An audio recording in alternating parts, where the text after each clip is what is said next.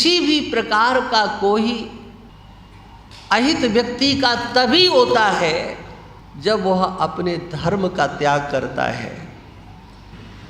हमारा वंश नष्ट होगा तो केवल वंश नष्ट नहीं होगा, कुलक्षये प्रणश्यन्ति कुल धर्माः सनातनाः।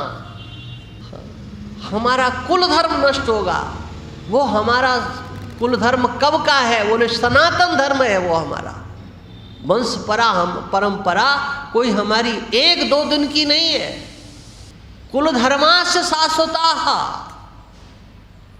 ये वंश परंपरा, कुल परंपरा, ये हमारी शाश्वत है, 1-2 दिन की नहीं है।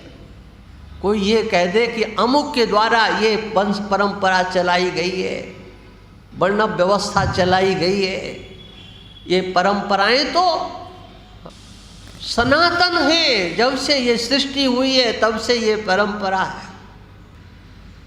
आज आवाजें उठती हैं, हाँ बोले बस बस एक हो जाओ, सब एक हो जाओ। क्या इस व्यवस्था को मिटा करके एक हो जाए? इस व्यवस्था को अलग करके, इसको गंगा जी में प्रवाहित करके ये कैसा एकत्व? और विचार करो कि ऐसा हो भी जाए तो होगा क्या?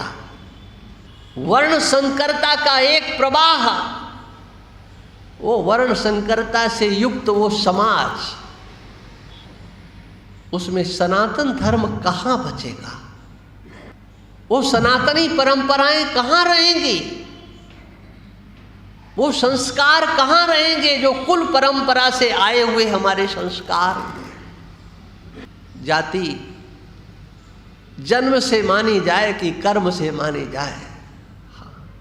बोले नहीं नहीं, जन्म से क्या जाति होती है, जाति तो कर्म से होना चाहिए। हाँ अच्छी बात है, होना चाहिए, बिल्कुल कर्म से होना चाहिए। हाँ ये बहुत गहन विषय है कि जन्मना जाति मानी जाए कि कर्मणा जाति मानी जाए। जरा विचार करो, अच्छा क्या है? हमारे पूज्यपाद महाराज श्री इस संबंध में विरक्त शिरोमणि जी महाराज ने एक बार कहा, एक सज्जन ने जब इस बात को उनके सामने रखा, कर्म की प्रधानता, कर्म ऐसा कर्म वैसा, वो करते रहे, तो महाराज श्री ने उनसे कहा कि महात्मा ये बताओ तुम्हारे देश का संविधान क्या कहता है? शास्त्र की बात तो जाने दो, क्योंकि शास्त्र तुम जानते नहीं हो। तुमने न वेद को पढ़ा है, न उपवेदों को पढ़ा है, न उपनिषदों को पढ़ा है, न स्मृतियों को पढ़ा है, न पुराणों को पढ़ा है। इस संबंध में हो तुम जीरो। थोड़ा बहुत पढ़ लिया होगा। हम तुमसे जो बात करना चाहते हैं इस संबंध में, जन्म और कर्म को लेकर के, एक ही बात कि आप बताओ आपका संविधान क्या मानता है, हमारे देश का संविधान क्या मानता है? जन्म से मानता है कि कर्म से मानता है? हमारे देश का संविधान कर्म से नहीं मानता है। हमारे देश का संविधान, ये सुन लो सनातन धर्मियों, ये पूज्यपाद विरक्त शिरोमणि महाराज का एक चिंतन मैं आपको दे रहा हूं। जो कर्मणा जाति की बात करते हैं उनके लिए वो पूज्य महाराज श्री का ये ब्रह्मास्त्र है। हम देश के संविधान से चलते हैं, संविधान से चलते हैं। संविधान साहब का और बाबा साहब का, सब साहब का, ठीक है, सबका ही है। हाँ, लेकिन किसी किसी का प्रारब्ध बड़ा जोरदार होता है, वो भाग्य की बात होती है।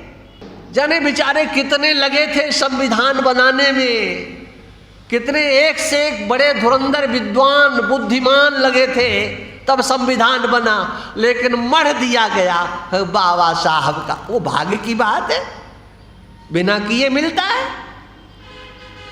अब देखो, हाँ कहीं आप गूगल पर सर्च करो तो ये आपको नहीं मिलेगा कि उन्होंने बनाया, लेकिन हम चिल्लाएंगे जरूर कि बाबा साहब का संविधान, हम उसकी रक्षा करेंगे। वाह, बहुत अच्छे। मान लो उन साहब का ही मान लेते हैं, लेकिन उन साहब के संविधान में कर्मणा तो कोई व्यवस्था ही नहीं है। और देश आप मनुस्मृति से चलाना नहीं पाते, उनको तो आप जला रहे हो, उनको चलाना नहीं, उससे तो चलाना नहीं है, याज्ञवल्क्य स्मृति से चलाना नहीं है, पुराण से या किसी संहिता के आधार पर चलाना नहीं है। देश हमारा चलेगा तो बाबा साहब के बल पे चलेगा। और बाबा साहब जो है वो लिख गए हैं कि बेटा ये तो कभी हो ही नहीं सकता, कर्म से तो कभी जाति का निर्णय हमारे देश का संविधान करता ही नहीं है। हाँ, आज हम करते हैं हिंदू एकता की बात, समाज के एकता की बात, हम संगठन की बात करते हैं, लेकिन नेताओं के हाथ में तो जैसे बंदर के हाथ में तलवार दे दी जाए, बताओ वो किसका हित करेगा? हो सकता है वो अपना ही हाथ पैर काट ले। ऐसे ही नेताओं के हाथ में वो बाबा साहब का संविधान पड़ा हुआ है, और जिसका प्रयोग केवल केवल केवल समाज को कैसे विखंडित किया जाए, ये आदिवासी, ये गिरवासी, ये वनवासी, ये हरिजन, ये एससी, ये एसटी है, और उनको समाज को विखंडित करने के लिए रात दिन प्रयास हो रहे हैं। हम कहते हैं हिंदू एकता अमर है, और वो कहते हैं जाति जनगणना कराओ।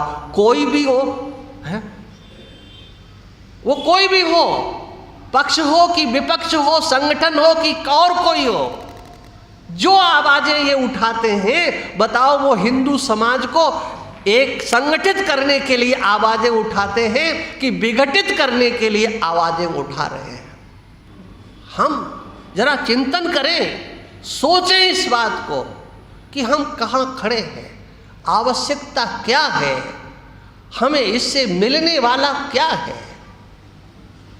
हमारी वो परंपराएं विखंडित हो जाएं, हम अपनी कुल मर्यादाओं को छोड़ दें, हम अपने व्यवस्थाओं को छोड़ दें,